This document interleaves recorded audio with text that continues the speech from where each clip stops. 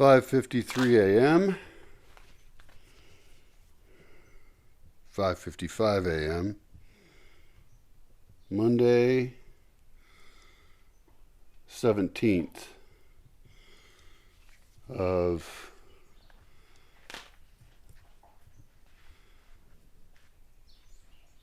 May.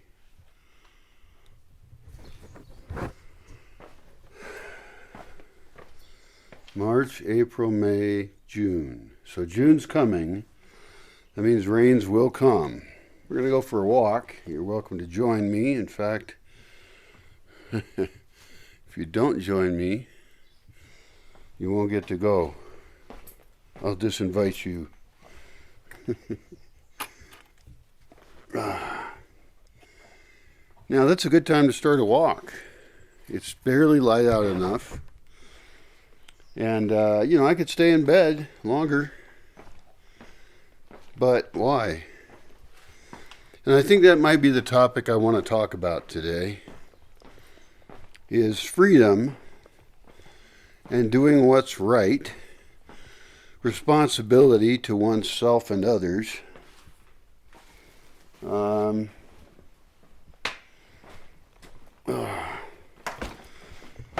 And I think I'll start out with the theory that see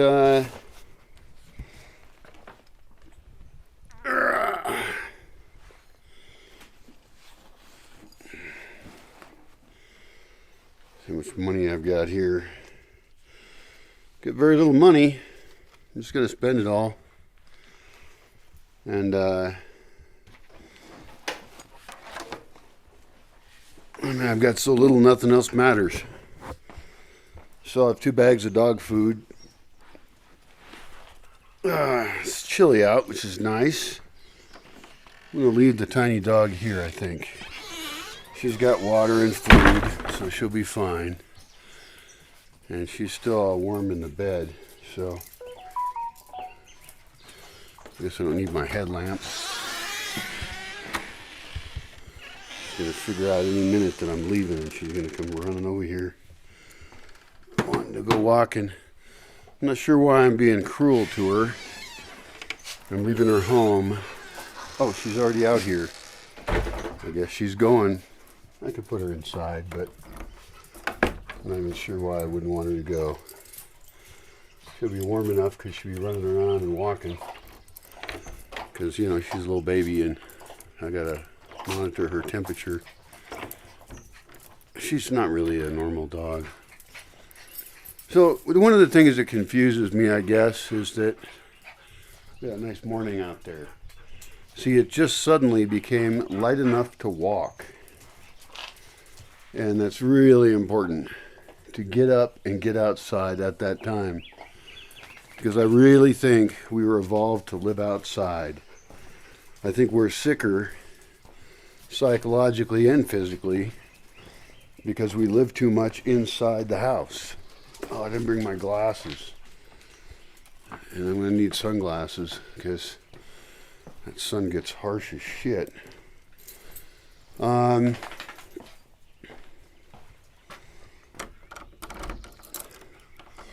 It's always interesting to hear about people who are very wealthy. Often in the entertainment business, you hear about them. And that's because they get covered. They're notable because they put their face out there. But this is also true, I believe, for people who are wealthy and are not notable, and they suffer in silence. And they probably feel like nobody cares about them at all. What is the phrase? Most men lead lives of quiet desperation. Well, I got my issues, but I wouldn't say it's quiet desperation. I'm kind of vocal about it because I think, I would just give up if I thought there was no hope. And it is hard to have hope, but I believe that it's largely structural and societal problems that can be changed. In other words, we can actually have control over making things be better. And so I would postulate that because I want you to do it in your own life. Give them away, dogs. Fuckers. They love going for walks so much. They're all running way up ahead of me. That's a really beautiful thing.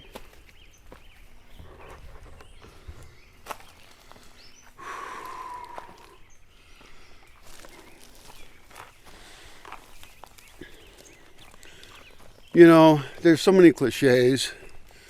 It'd be fun to make a collection of them and place them right next to each other and question every one of them. Because there are nuggets of potential truth, but they're also lies. So,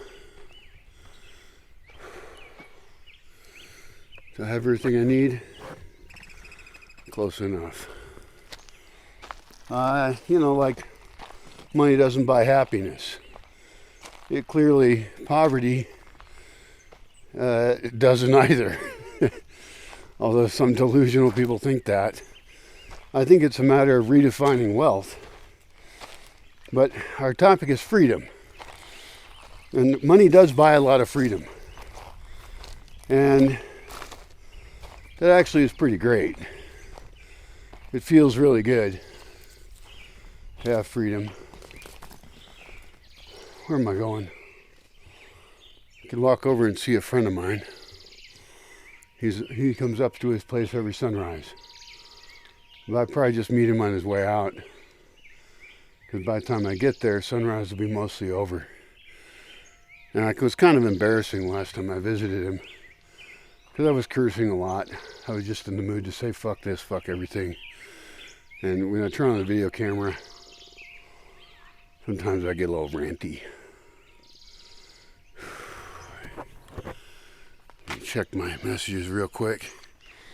Got another guy I'm waiting on, but I don't know when he's going to come here, which is kind of annoying.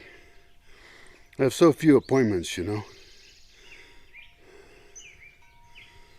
Let's see, I have a message for that is not important. So, I just have to be here when he's here, so.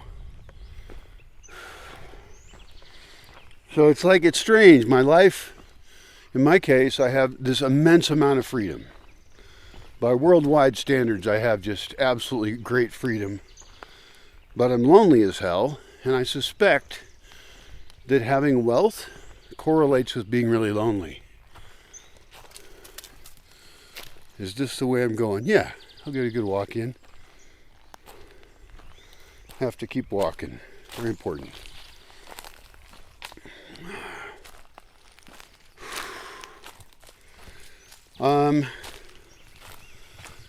So why is that? Well, I think one of the things is a difference in what friends you're able to have if you have wealth. I think there's a lot of people who don't have a lot of wealth, who don't have it because of the choices that they've made, and that they blame those choices or the effects of those choices on other people. And so they think they're owed something. Something is dead around here. You'd think the dogs would be all over that. They probably already know about it and checked it out, and maybe they even killed it. It's an annoying smell. Smell of death. I don't like it.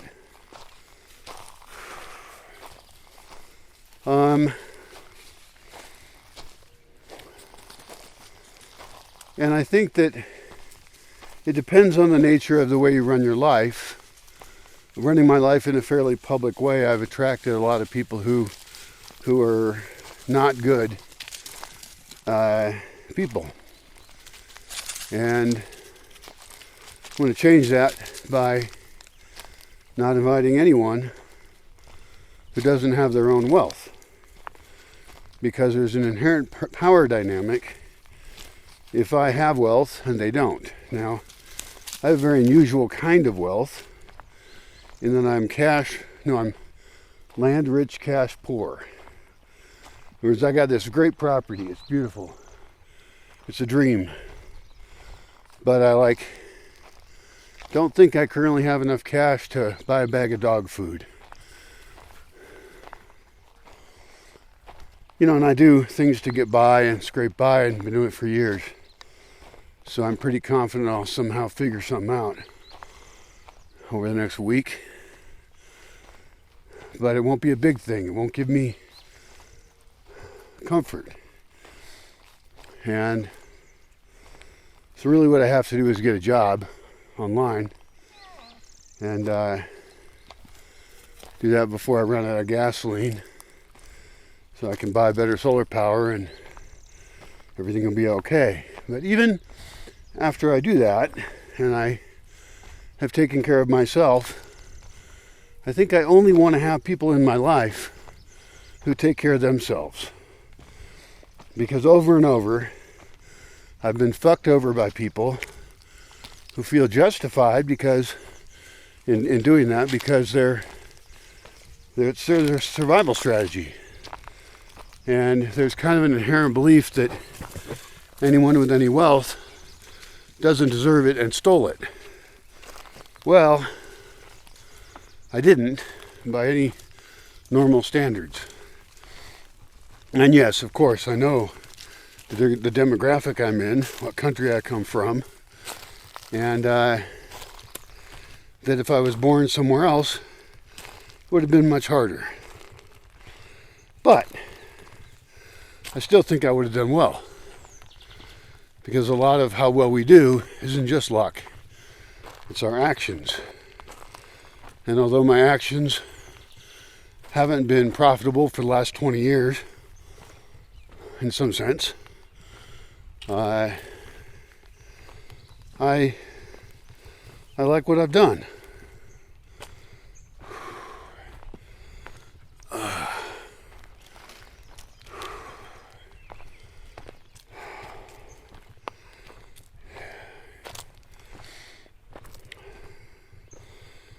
Being alone is not healthy because there's no structural framework. There's no daily framework, cultural framework. There's no people around you to keep you accountable to be good. And that's great for a while. It's great to take breaks from things. I think 20 years is quite a bit of a break.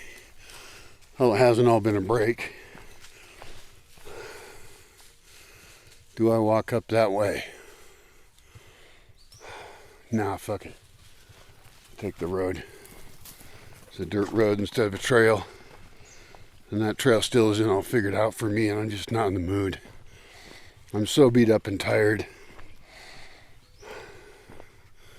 I feel like such a worthless person, really. Because I am, mostly.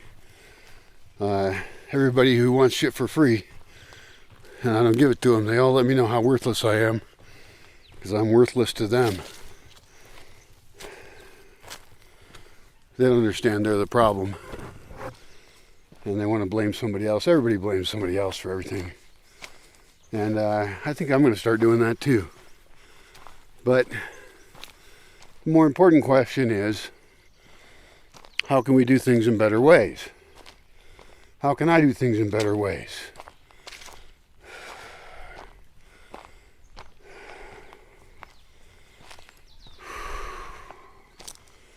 And I think as I talk to the many people that want to come and live here for free, which annoys the shit out of me, instead I have to figure out an offer.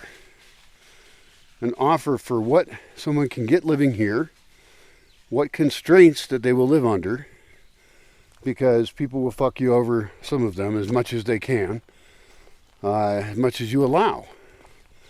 And it's depressing to say that, but that's how a lot of people operate. That's why we have so many damaged people in the world. And I'm damaged, but I don't worry too much about that, because I'm responsible for my own choices. And, within the confines of how reality is. No. Go over there.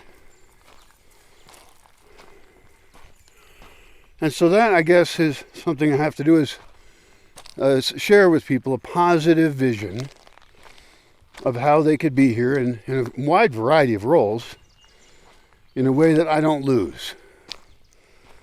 That I'm not just everyone's fucking servant and slave all the time, and the whole place and project are destroyed.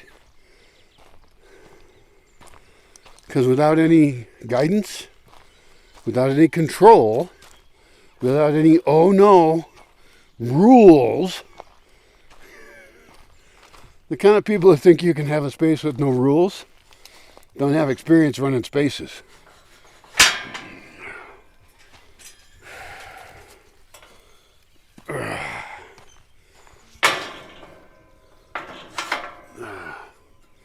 Or they have them within very specific known frameworks. I mean, there's the idea of like intentional communities, pretty much 100% almost of which fail instantly. And the reasons for their failure are known from the very beginning. They're so obvious. And I just talked to a guy who's in Europe, and he was in some communities in Latin America, was talking about how they were culty and just bad. Both of them spiritual communities related to a spirituality he happens to like, and I'm trying to think of as not bad, but I detest most spirituality because it's so bad. And I'm not talking about meditating or yoga or, thinking nature is God or something. That's just fine. But as soon as somebody is spiritual in a way that makes them an authority over other people in any way, using the authority that's invisible, and that you just don't get it if you don't do what they say, they're just playing a power trip. And they're using spirituality as an excuse. It's disgusting. I hate it. So, I've thought a lot about who I would have here. I have a list of roles. Some of them are just pragmatic things, like somebody has to operate a store. The kitchen has to function. I should have a transport system, so I'm not relying on taxis to get people to and from the airport. And that should be a good driver with a license and insurance to pick people up at the airport. Public transportation around here is just fine. Works great. But not if you don't speak the language, not if you don't know what you're doing. Then the cost to someone of travel is much, much higher. Other roles are being in charge of the garden system. I can hire people to do garden work. That's not a problem. In fact, all heavy work I can hire out. But some of it I want done on site for privacy reasons. And some people like to do it, and that's fine. If they actually like to do it and will do a good job. Because most people who think they can do farm type work are totally useless at it. And they get tired real quick and they get bored. But that's not everybody. So it's one type of position. And that's the type of thing everybody thinks I need here. Like, I'll come help you in the gardens. And actually, I do need garden help. It depends on the time of year. But that is the kind of help I need. But it's very hard to just say to a normal person, do this thing, because they'll probably kill plants and shit. And like I say, they're not actually interested. They just imagine they are. They imagine what that would be like. Other people actually have experience, know what they're doing, and are useful. It's cool. Along the dust here, you can see where snakes have gone through the ground.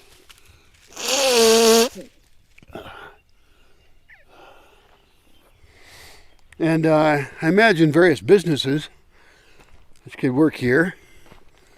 One of them, which I've done before, is host remote workers. And I can improve my infrastructure for that.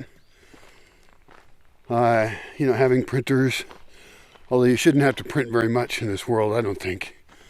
Printing waste paper, and I think it's rarely needed, but like I never print anything. But I do have some maps I need to print. Should have to do that right away. I got somebody who's going to come visit me. I told him to come for a picnic, but then I forgot to say, bring your own picnic for you and your friends, because I'm not providing anything except water. I bought some bottled water for them. I drink rainwater, but I don't want them to drink it and then get sick, either psychosomatically or for real. I don't want to be responsible for that. There's a lot of other business formats that could occur here.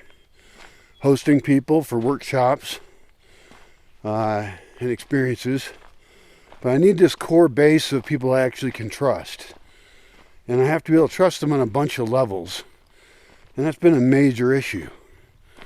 Like a serious problem.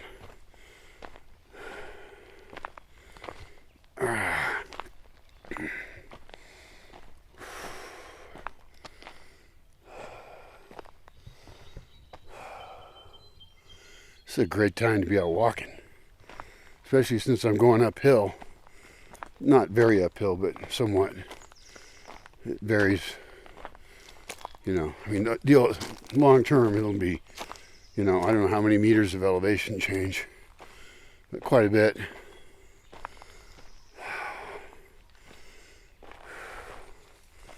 And so not walking in the sun is a really good idea this time of year, which is the reason to go on a walk right now.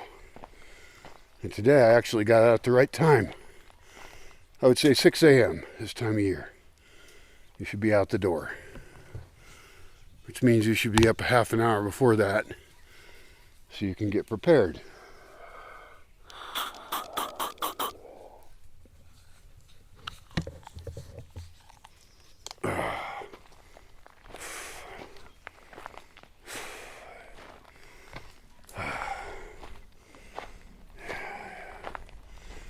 So, back to the topic. There have to be social agreements among the people that are here if they're going to act in coherent ways. For example, I didn't want to create a vacation spot. If I combine vacationers with people who are actually trying to get shit done, the vacationers will distract the people who are trying to be productive. Because it's really easy to not be productive. But if the fundamental values of the place focus on people being productive, then everyone's sort of accountable to each other. They're all, letting each other know what they accomplished that day. Let's say it was writers, okay? Then they can be sharing, like, how many words have they written? Which is only one metric. We don't need to manage our lives just by metrics. But that is a metric that's useful to share. We could have readings where people read recent things they've written. We could have meetings where people talk about their character. And it depends on the person, what they need. I mean, writing in particular is a very personal, creative process. But some writers would benefit from analyzing their characters with other people and looking at the motivations of that character and altering plots even, introducing elements, and to look at the book as something that needs to, let's say it's fiction. Fiction's very hard. I don't understand fiction. I've read plenty of fiction. I like utopian fiction. I like fiction with a lot of content to it. I'm not that into romance novels and shit. I couldn't care less. I tried to read some. I even tried to write one. But it just doesn't work. And I guess I'm not a very romantic guy. But, I like some science fiction stuff. I think speculative fiction speculative fiction, which is, I guess, what they call science fiction now. It's actually a better term since not all science fiction has a lot of science in it. So speculative fiction meaning, I assume, not held down by the rules of the regular world. So anyway, I can imagine an ongoing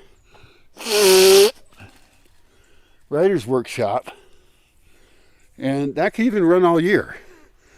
I mean, people could come in for shorter times, and you might have a seasonality to it, but I think that providing a space that encourages deep work, that has people away from the internet, I think that would be a great thing to be able to offer, is electricity and no internet, to keep people from being distracted. Because I had a writer staying here once who was just blazingly fast as a writer, and she would get up at 3 a.m. and start writing. And,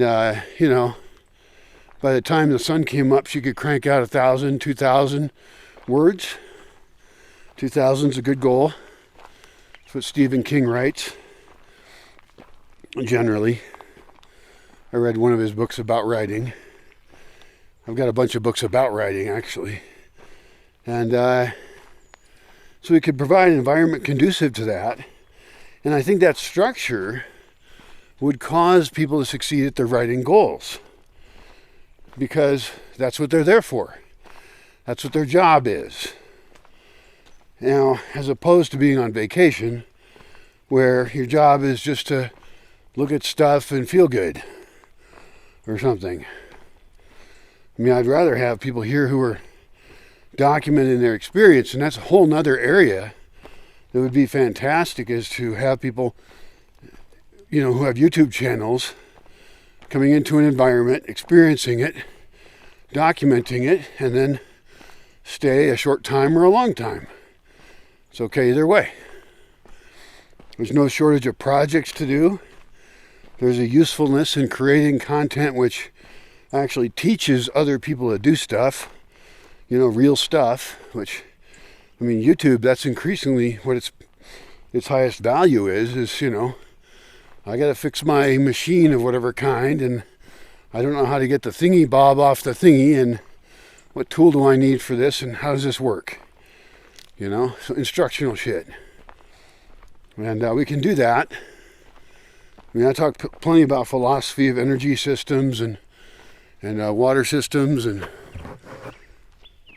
social systems is the hard part, and that's what we're talking about right now, is creating a social environment where we aren't all working on the same project.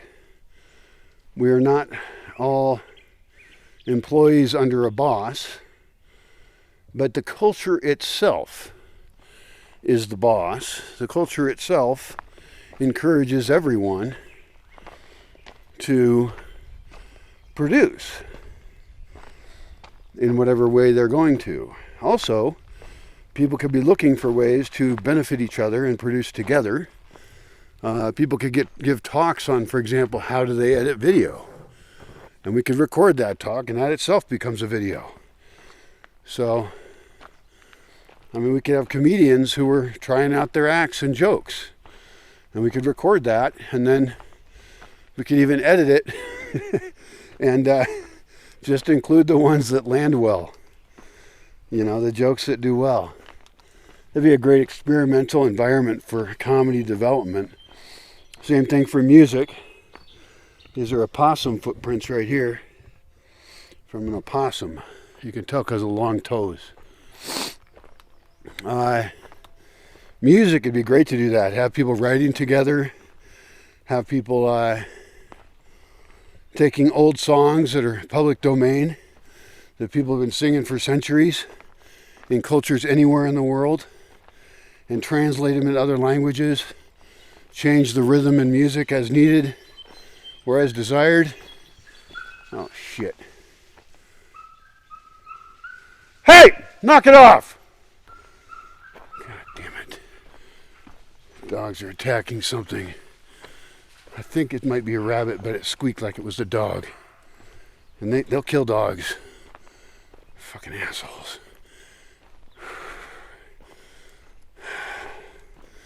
Forgot to put leashes in my bag again. I mean, out here I don't normally need a leash, because there's nobody out here. I mean, I'm not going to see a single person or vehicle in this whole walk going up. And I'll see them in town, and then I won't see anybody going down unless I go out of my way to visit them. Dogs, come on. Whatever you're doing, don't do it. So my point is that sometimes, for example, when people don't have any time constraints or structure around them, they don't have any motivation. Like I have almost no motivation to do anything. I just don't care about anything. I mean, I think a lot of times in my life, and I guess I'm a man, in case you didn't figure that out, it's so confusing. What are my pronouns? Well, you can guess. I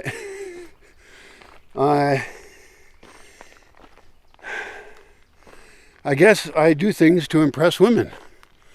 All my life I've done things, whether it was my mother when I was a kid and making a little art project that she would say, oh, good boy, or later on with lovers and friends.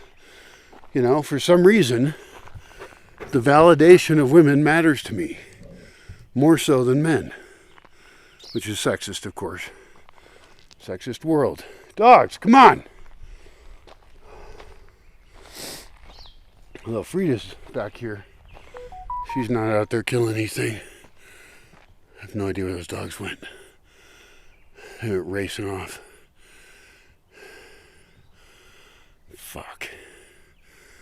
They probably killed something. They're ripping it up right now. Sometimes I see jackrabbits on these roads. And I see them, and sometimes I'll distract the dogs so they don't chase it. But jackrabbits are really fast and they're really good at getting away. There's one dog. Missing 3. And so, like, without any women in my life, I don't have anyone to impress. And I know that sounds really lame. Like, why am I not just self-motivated, stoic, MGTOW, man going my own way kind of guy?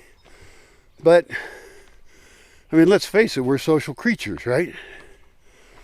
We get validation from each other, we get feedback, we hear what other people say, it's fun, it's intellectually stimulating. And, you know, I've always, in particular, I've always hung out with more women than men, actually. I've never been a big guys guy. I didn't join a fraternity or whatever. You know, just the vibe of guys isn't always really very fun because they seem stupid often. That's terrible to say. You know, everybody's got their different version of sexism, and you should figure out what yours is. Mine is surprisingly not at all what I get accused of being online, because when people accuse you of being something and they don't even know you, it's really more about them, you know, and it's about their experiences that have really nothing to do with you. So I just get annoyed and tune them out, block them, and I think we'll find that all of us have different types of bigotry, complex mix of it, but that hopefully we can, by having enough contact with enough types of people, we can have empathy and not be trapped in demographic judgments or be trapped by them. And so anything I create as far as a space goes here, I want everybody to not be trapped in those judgments, you know? I think sexism can be removed. Hi, dog. What the fuck did you kill? Well, nobody's got blood on their face. That's good. I've seen these two big dogs with blood just covering their faces before because they were killing something. Fuck. The other thing is about community stuff is that, you know, it's kind of like two hands are better than one. Well, if you have an entire community of people who are organized around certain principles for success of all of the people, and it's not just all people looking for leadership, wanting to be abused, essentially, by my standards. But if you can actually herd cats, that's a term used in programming for managing programmers and geeks in general.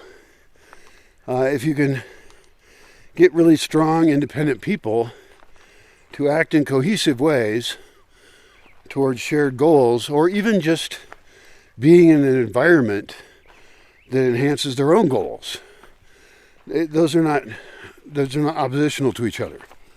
I mean, some people could work on a project together for a while, start a business, write a program, do something creative together, and then work on something else with somebody else, or work on their own, and have times of like not being distracted by anything, and other times we're very social, because we need both those.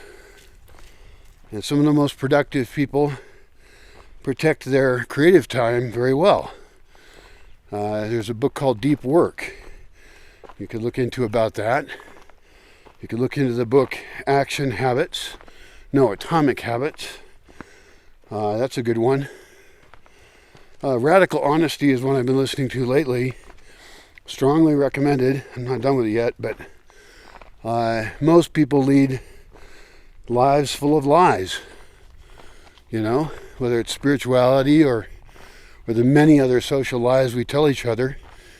Some of which I don't know. I mean, I don't think they all matter. Like if somebody asks me how I am, I'll say fine, whether I am or not. Because I don't feel like having the conversation if I don't say fine. In many cases. And that's fine to say that. It's a fucking lie. I'm not fine. I'm not fine right now. I'm desperate, frustrated, pissed off at myself and the rest of the world. I'm not picking anybody in particular as evil. I think evil is in all of us, and good as well. And so my overarching question perhaps is how to create a social environment and a set of very specific, explicit, written codes of conduct and communication that help us be better people, that helps us be more fulfilled, that allow us to be more trusting and giving. All the good shit we say we want that we're continually destroying all the time. And you have your own take on that. You see it the way you see it in your world. That's just fine. The things I'm reacting to are bizarre experiences I've created, a bizarre environment that I've created in my life. But those may not be really relatable to you. In fact, I'm quite certain they're not. That's okay. And we won't have to agree on our, impressions of all the details of which struggles matter more than others or which solutions are ideal. We can make a collection of solutions that work for people, some people at different times in different ways. In other words, let's not get too orthodox religious about it, but let us get religious a little bit about saying this is how we live in this space. And if there's conflict around something we think is an agreement, maybe that agreement isn't the right one. Maybe it's not being expressed very well. Maybe the person is just wrong for the space. And it's okay to have different agreements in different spaces. Even within my own space, different times, different locations could have different rule sets. And that solves the problem. It solves the conflict, right? So these are cultural, structural solutions. And that makes me optimistic that we can even think that way. But of course, most people don't think that way. And if you mention the word rules to most people, they're so oppressed by normal culture or so indoctrinated by it. So they're either in reaction against normal culture or they demand that that be the culture everyone else have, that they're not really open to other people doing things in other ways. That's a really bad problem. It's really an egotistical point of view. And it's difficult because I want us to be freer. At the same time, I want us to make agreements voluntarily that we will make social agreements to help us act in a more fluid and positive way. I feel like I'm kind of restating the same thing multiple ways. Hopefully you take time to try and apply that to your life and look at like how your social circle works, how your family works, and wonder, does it have to work that way? And what part you play in it, you know? How do your own reactions create a negative result? Because that's, you know, we can't really control other people. At least that's what we like to say. The truth is we can by defining spaces. But, of course, the only person you can really control is yourself. And it's even questionable whether you're good at doing that because you're so programmed into your culture already. You're even genetically programmed in ways that we don't even understand. So,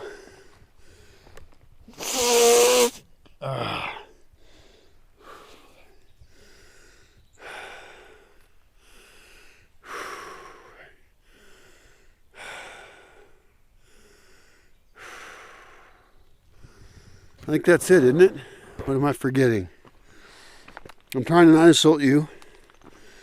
I know that it's going to be almost impossible for you to change where you're at because, you know, there's this conservation of reality principle that most things are headed in a certain direction. They have a vector and a force. And if you're not in tune with how things are going, you're just going to get squished. So the same thing is true socially, where if you deviate, then it's probably not going to work out well for you. And there's going to be so many influences causing you not to be free, to alter yourself, to act in new ways, to be better, that you barely have a chance, it seems like. And that is one of the potential benefits of a intentional community, an intentional family, a social setting in which the rules are stated. I'll give you a simple example, and that's a costume party. I've had costume parties where on the invite it says you must have a costume. It's not optional. You will not get in the door without a costume. And the reason for that is because a costume party where everybody's in costume is a lot funner than one where 10% of the people are in costume. You know, which would you rather go to? So I recall one party like that. One guy came dressed in normal clothes.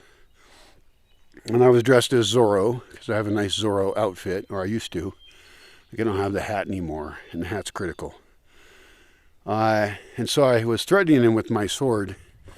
And a guy who was living with me, I was renting a room to him, came and said to me, hey, actually he is in costume because he normally dresses like a total freak. So him wearing normal clothes is like really weird for him. And I didn't agree right away. Who knows, I was probably drinking as well. And so anyway, I was waving my sword around and telling him he had to have a costume. And I could have, you know, costumed him up because we had extra costumes and stuff. So we could just toss some weird shit on him. But my friend convinced me, no, really, this guy's in costume. I was like, okay. And I gave up. And, you know, it's rude to wave swords around at people anyway. Although I've done it. I don't think anyone's ever thought I was going to stab them or anything. And in some cases, it's a fake sword. I did a Burning Man camp guy from Green Tortoise. Because I didn't like their kind of plug and play camp that wasn't really participating, and I felt like it. So, but it's funny, their camp leader came over to talk to us later, and ended up hooking up with one of the people in our camp, and I think they hooked up and had a baby and are still married. So I guess there's some benefits to waving swords around at people sometimes. And I hope that when I speak really strongly in my videos and in a way that could be taken as insulting, I hope that you don't take it personally. I don't know you. Keep that in mind. What I'm saying may not have anything to do with you. You know?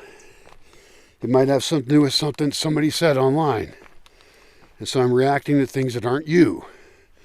So think of this as a shared problem we all have, and that in some cases you can relate to it because you know people who have these kind of problems.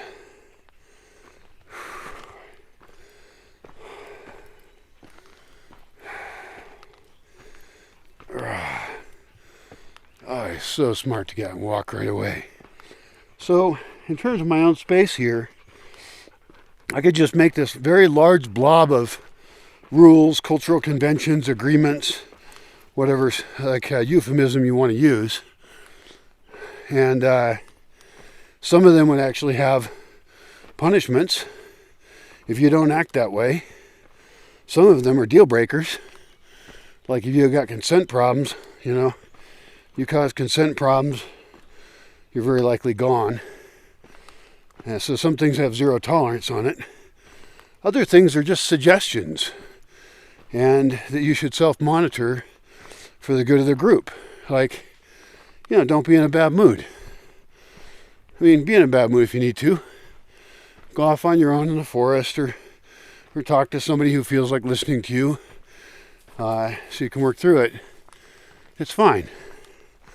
But don't pollute the social environment.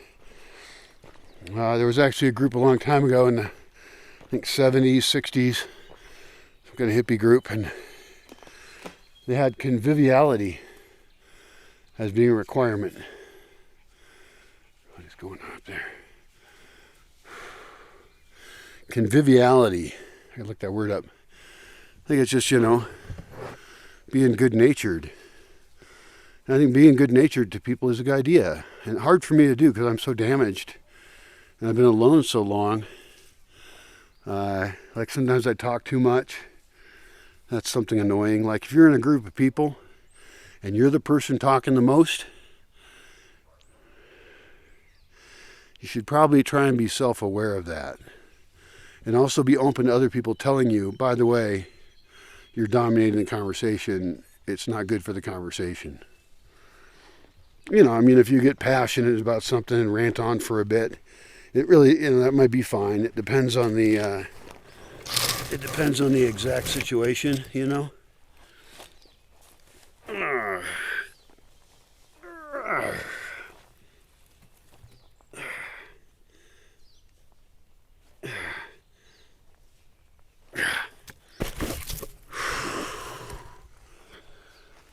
So with that big blob of social agreements, I can then say, well, these ones could be a problem because they really limit our culture in too narrow a way. And so we could set times where the rules are very different than other times and spaces. Nudity would be one, where I have a sauna.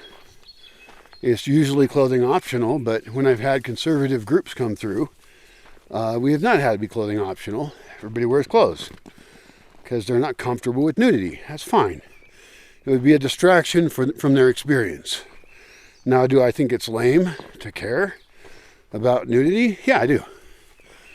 I think people just shouldn't give a fuck, and they shouldn't be creepy about it. They shouldn't comment on other people's bodies. I come from a culture where people were often naked in the hot tub. It's fine. You just do it real fast and it really doesn't matter. Some people are not used to it, and the worst of those will act inappropriately. So you just make it so certain times are for certain things. You could even have a whole nudist space if you wanted to, where that area, with walls around it, is a place you can hang out naked if you want. And how much that is just innocent nudism, naturism, versus flirty other stuff could also depend on what time it is, what kind of event it is at the time, or what space it was. And that's kind of a weird one. Most people don't care about it. Most people just follow the normal social conventions. But I would like to create spaces in which people do not have to follow the normal social conventions, as long as we're not hurting people and everything's consensual. That's a not flexible thing.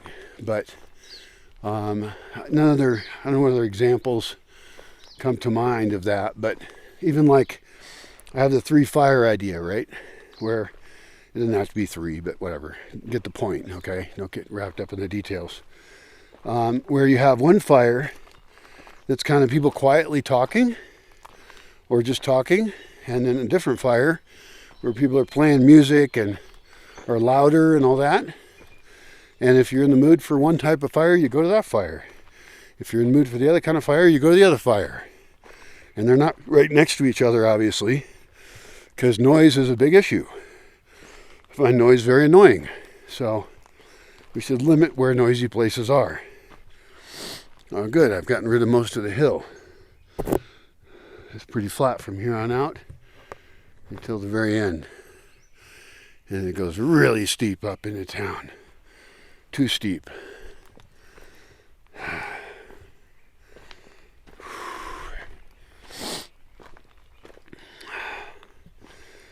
I mean, think about these things and apply them to the social settings to a festival you go to. Is it annoying? Is there drumming 24/7? That would be very annoying. Sound violations are an entire category. Even people who talk too loud. Like, I've noticed with certain groups, you get them together, and I've hosted a lot of younger people who don't give a fuck about other people. They're too self-centered. And they'll yell at each other from a distance, and they shouldn't do that. Walk over to the person and talk to them. But don't contaminate the shared audio channel with your bullshit. Don't play any amplified music. Don't turn on your car radio. I mean, I want a quiet place. Now, again, we can make exceptions to that, right? Like we can have dance parties. I have an entire artificial cave where we can have drumming going on, and people can drum their hearts out. The acoustics in there are actually really cool.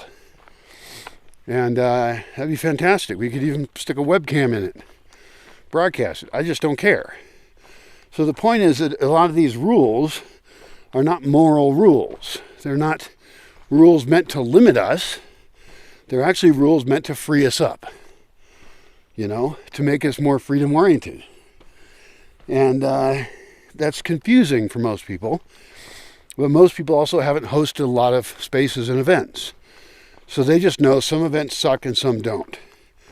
One of the biggest rules is to have a very strict invite-only space. You can't just invite anybody you want into the space just because you're invited. I think that's absolutely important. And it's hard to know how hardcore to be with that. Like, is someone's spouse automatically invited? And I would say no. For more than one reason. I mean, one reason is their spouse could be an idiot. And, they could be ready to split up and have a big argument while they were there. I think two different couples have broken up while they were in my house. Luckily, that didn't actually damage me in any way. I wasn't involved. So, that's fine. I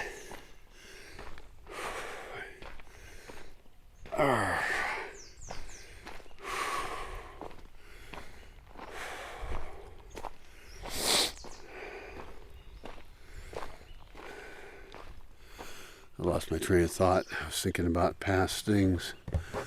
Thing is, because I've hosted so many people, hosting and rule sets and all that.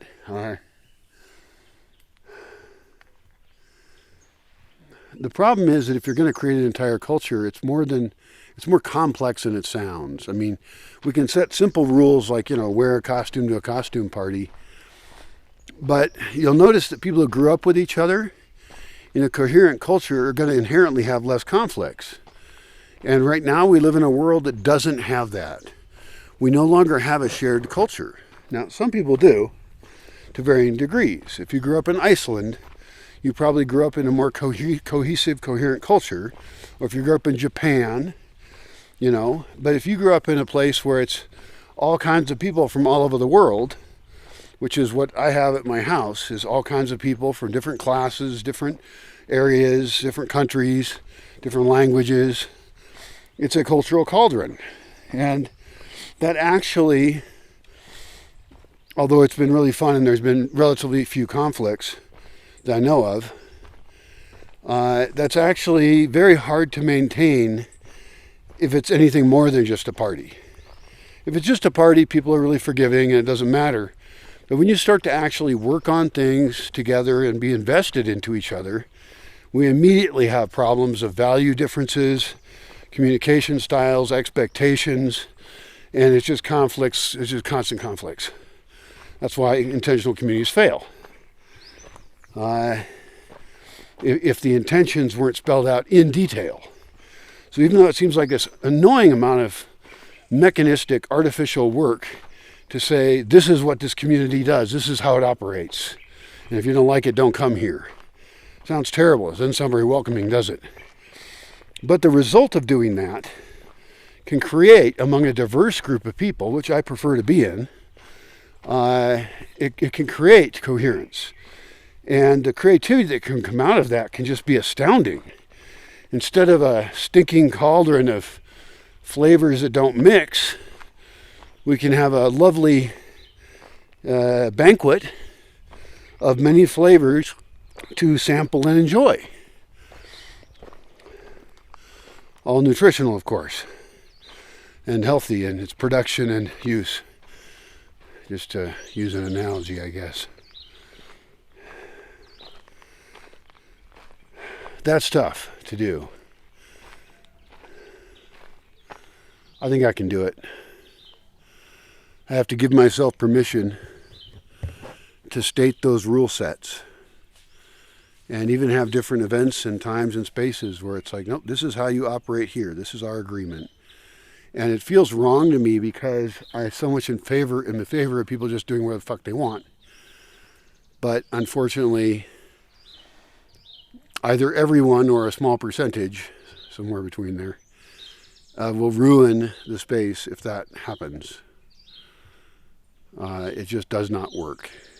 So you can help me by imagining what rule sets you would want as agreements.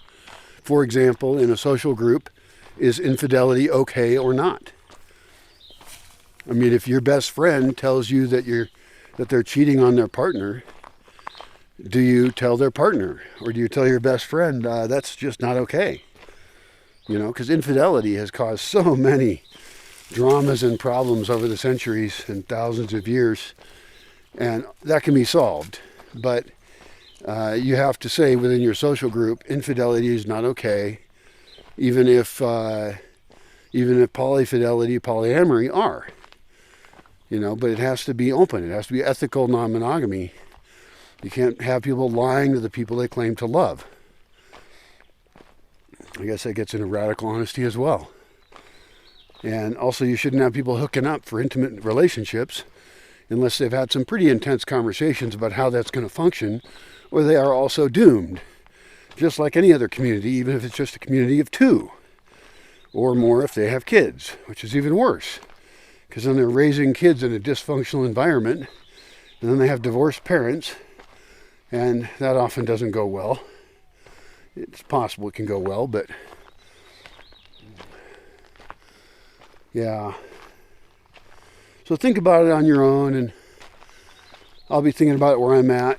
And the nice thing is I have a actual experimental social space where I can try things out, and I have done that for decades now, with smaller events where I come from and bigger, longer term events where I am now. Uh, so I'm optimistic that I actually can define and create some really different types of spaces that would serve people all over the entire world. Maybe even solve big scale problems by solving them at the smaller and lower levels. We'll see. Adios. One interesting to think about as we consider rule sets and culture is by the time I turned on the camera, I forgot what I was going to say. What was I going to talk about?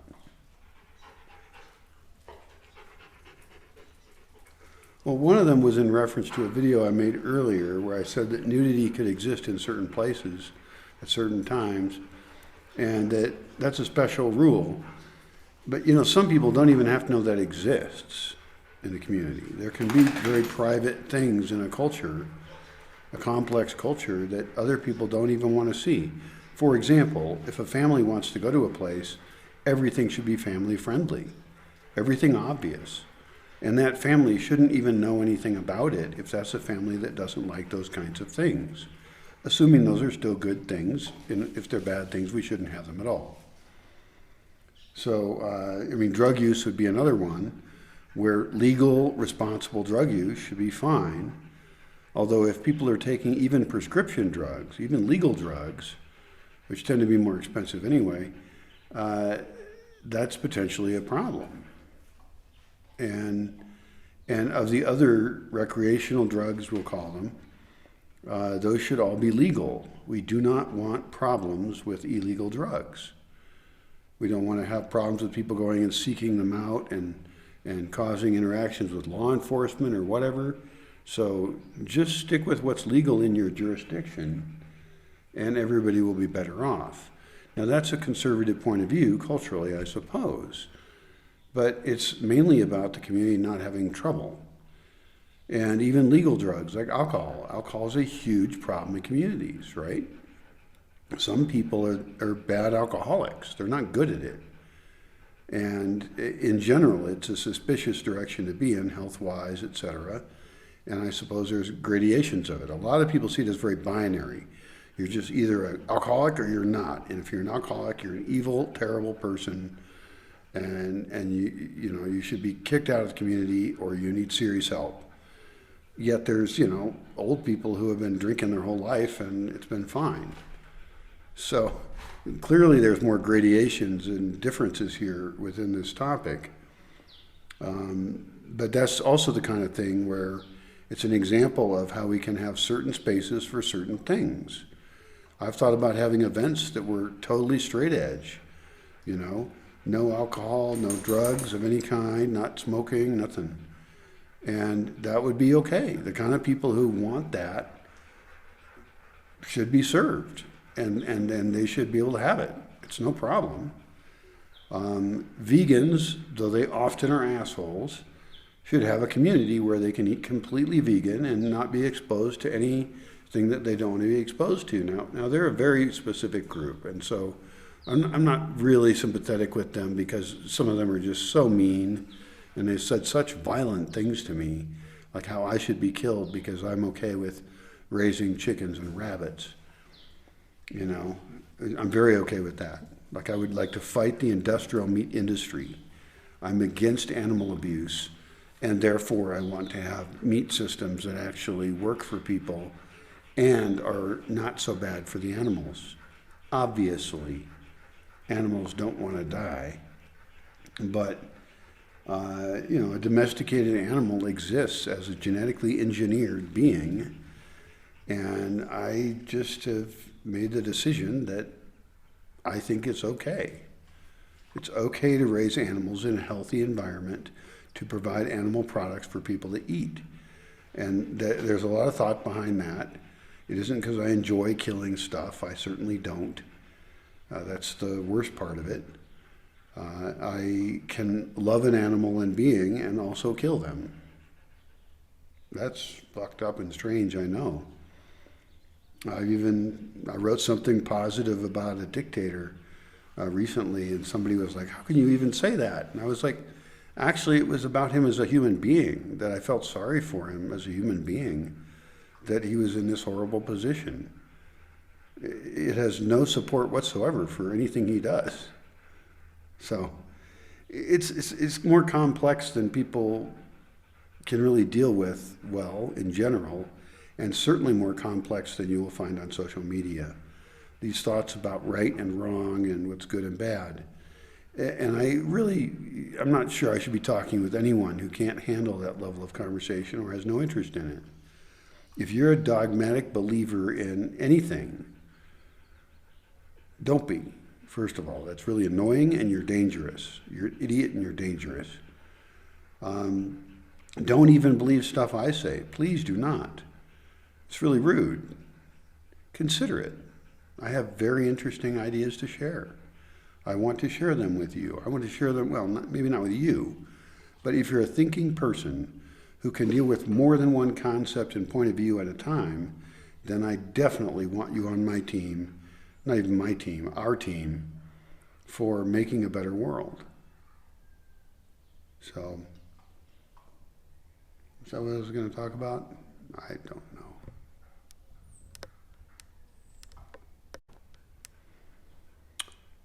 It's a horrible thing to say and think that exclusivity may be absolutely important in having some of us survive. While everyone is working to destroy civilization through their consumption, through their excuses, through their blaming of other people, through being animals as animals are, it's natural.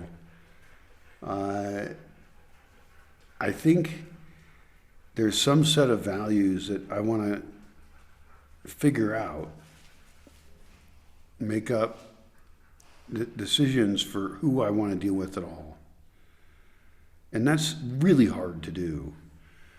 First of all, it feels wrong because we should be, open to everybody. Everyone's wonderful, but everyone's not wonderful, okay? And I know that because I've been alive for a while. And people are very false-faced, even to themselves. I mean, they specifically have masks they wear for the world, but they're not even self-aware. And I listen to books like Radical Honesty. I'm listening to the audiobook. They're not able to even be conscious of their own motivations. This is also true of The Elephant in the Mind, if you read that book. And, I have decades of reading about psychology and stuff. These are just a couple of the more recent popular books. But, it gets back into the selfish gene and very old books as well. And so I'm getting to the point now where I'm going to reject being open to everybody in my life. I want to be really careful about who I let into it. And I think you may wish to consider that as well.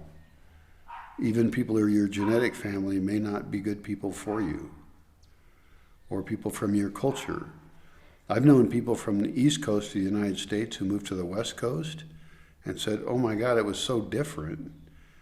It's like I felt like suddenly everything made sense. And that's just within one country. Imagine if we think about that worldwide, where some people just don't fit into their culture. I knew a Japanese guy, really cool guy. I think I can say his name without violating his privacy. Wataru. Really cool guy. He was just a fun-loving, crazy guy.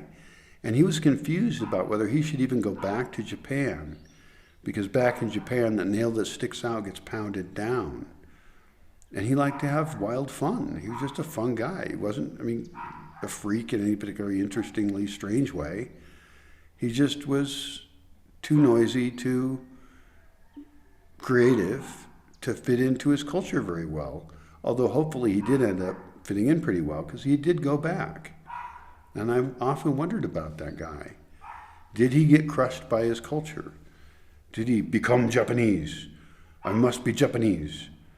Or did he become Japanese within that culture and find his own place within it? I don't know.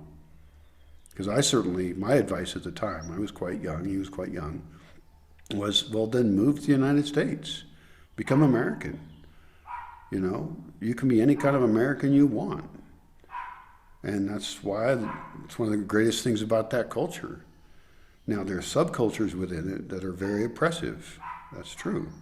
But overall, it's a great place to be, and that's why many people from all around the world have moved there for a very, very long time. I would like to go one step beyond that and codify that. Now, they certainly codified it within the Constitution of the United States. There was some codification of acceptance, although, Native American genocide and slavery are kind of the opposite of that. So, it didn't go perfectly at all. But there's so many good things about it. And separating the church and the state was brilliant. And I think along those lines, I have a set of ideas that we can make cultural agreements that make us all freer, more prosperous, more productive, more happy, and that as we do the very difficult job of designing that in an artificial way, we can actually raise children that grew up within it, and that becomes normal to them. That would be amazing, because we have so much cultural programming. I have so much cultural programming that I have to fight against all the time. I mean, I'm a storm inside of what I grew up with, what my DNA is, what everything I've read, all the many conversations I've had, the extreme positions I've put myself into physically through travel and just lifestyle. I mean, I'm a fucked up mess inside as far as I don't have a coherent way of being. And I can handle it. I'm made for it. But I can't say it isn't painful. It is. It's lonely. It's painful. I feel misunderstood always. And that's okay. I accept that role. But I wouldn't want to wish it on anyone else. I'm not an example of a person to emulate. I would love it if there was a generation of children who were raised not to be coddled, not to be raised the way they are now, right? The hippies did a horrible job raising their children. The industrial society did a horrible job raising their children. They're just raising a mix of different types of slaves, and it's just horrible. But if we actually had a coherent set of values, or various sets of values, and raised children within those, sharing some base values, those children would end up being amazing, amazing, highly self-aware, genius-level people. Not that intelligence is at all the only thing that's important, but they would be kind and empathetic, and they would learn how to be self-aware. I mean, I've met people who are far more self-aware than I am, like in the moment. I'm very slow emotionally to even know what I need. I'm physically slow at that. I'll sit there and get colder and colder and colder and wonder, gee, I feel uncomfortable. Ex-girlfriends have commented on this. I'll just think, I'm so uncomfortable, and I'm just, and I'm rating away, and they're like, well, go put clothes on, which is not really what you want to usually hear from your girlfriend, but in this case, they have good motivations. And then I would go do that and be like, oh, duh. I'm fucking sitting here freezing, which actually I think is also good for your health. This is a weird aside, but I think it's actually important multiple times a week and possibly every day to get too hot and too cold. I think it's actually good for your health. Certainly different times of the week. Like take too hot of a sauna, and you don't have to get crazy and go sit in ice or anything, okay? But just go out at 3 a.m. and look at the moon and stand there in your underwear. And let your body get too cold and then go back into what you know is a safe and warm location to warm yourself back up. Not saying risk your life or do anything crazy. And then, sitting in a hot tub or a sauna is just, I feel like, and this is Brian medicine, so I'm the wrong guy to talk to about it, but I feel like that kind of behavior is going to be good for your body. It's going to move your fluids around. It's going to be bad for organisms that aren't extremely well suited for you. If they live on your skin or something, if you have eczema or just things that might live on you that you don't want, But there's a whole bunch of beings you do want to live there. So get rid of the extremophiles that live on you and just stick with the ones that really work for you. Again, check the science and talk to somebody who knows more than I do. It's just a thought. But it also feels good. It's a good sensation. Like even where I live, it's right now this time of year, it's never really very cold. I'm inside. And so I've been going out earlier in the morning and just let myself get chilly. And I know I'm going to warm up. So it's not like the pain of the cold matters. It's going to be over. And a sauna just sounds healthy to me in any case. So, yeah. I'm not where I normally record. I'm visiting a place. But it has great acoustics. Boop! Boop! Boop! Boop! Boop! Boop! Boop! Boop! Boop! Boop! That's fun. If you ever come here, you're gonna wear a fucking watch. Yep. So as to not be a weakling little stupid fuck who has to ask people what time it is when their phone dies. Because there's not a lot of electricity here right now.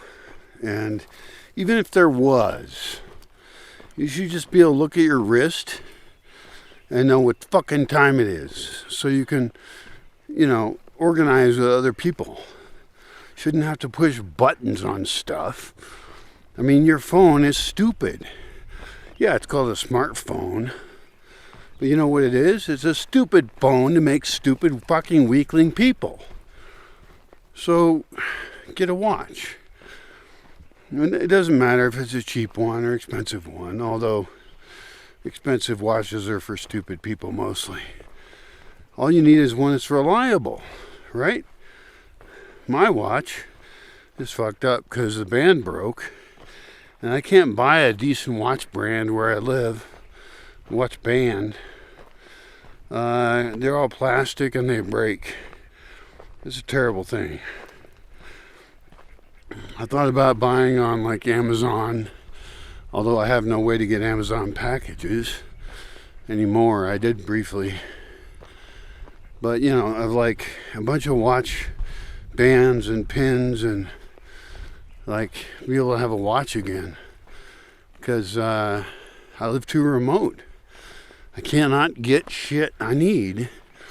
And you might think, oh, I don't need a watch. I got my phone. No, your phone makes you weak. It's one object that does too many things. And in some cases, we should have objects that do specialized things. And of course, I'm impressed with the technology of watches that they can do so much. It's very, very great. I mean, if you stacked up all the things that a watch replaces, stereos and recording devices and so cameras and mics and all this, it'd be great. You could see what your watch does. But guess what?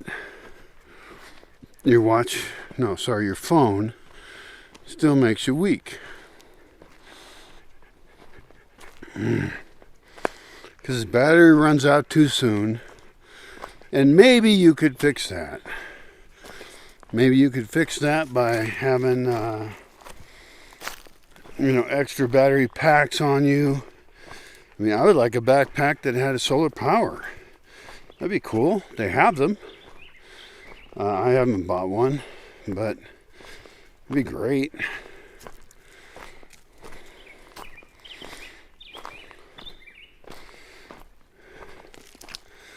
I mean, I've been here a long time, and the number of times people have had to ask me, what time is it?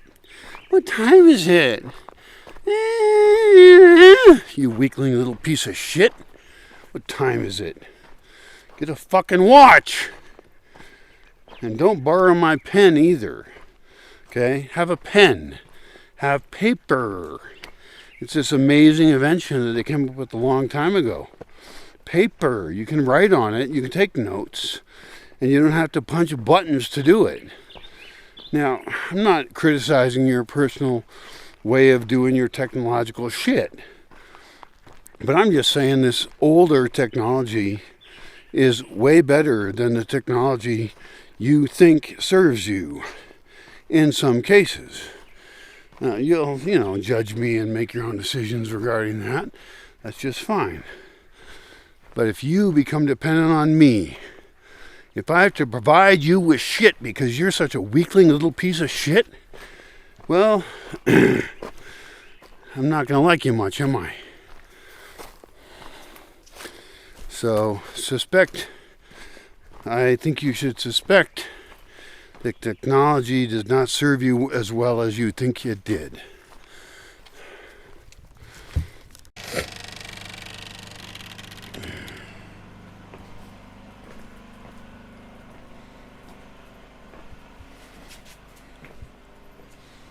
So what's the bigger message here?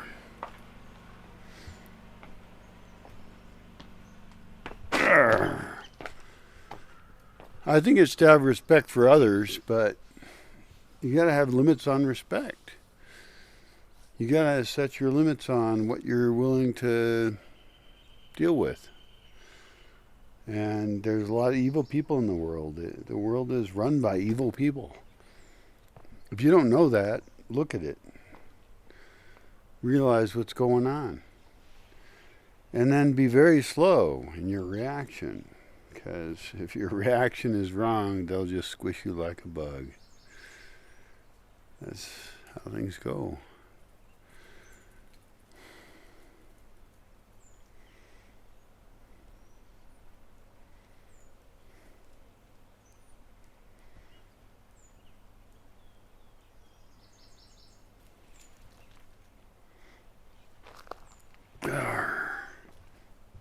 Yeah.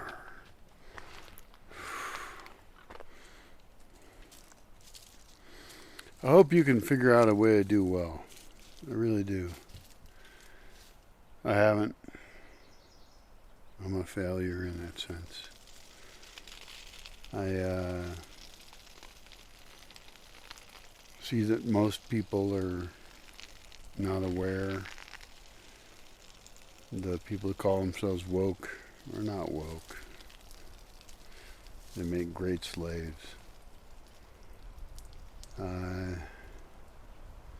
I think that you have the opportunity to determine what kind of government you want to govern you and to reduce its role and to set limits on it. Right now in the USA, less and less like home properties are actually owned by people. For a long time they've been owned by banks. Now they're being bought by corporations. And I moved to a country where that doesn't happen yet. And I think that kind of shit will cause the fall of the United States entirely. It's not a trick to figure out that's going to happen.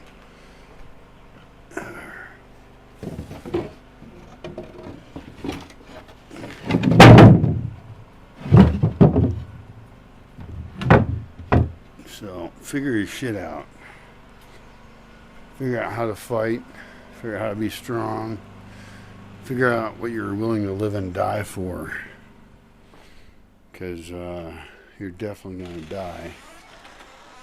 So, figure out what you're willing to live for. Please. Maybe there's some chance that if you're not totally stupid, you can actually help. Good luck.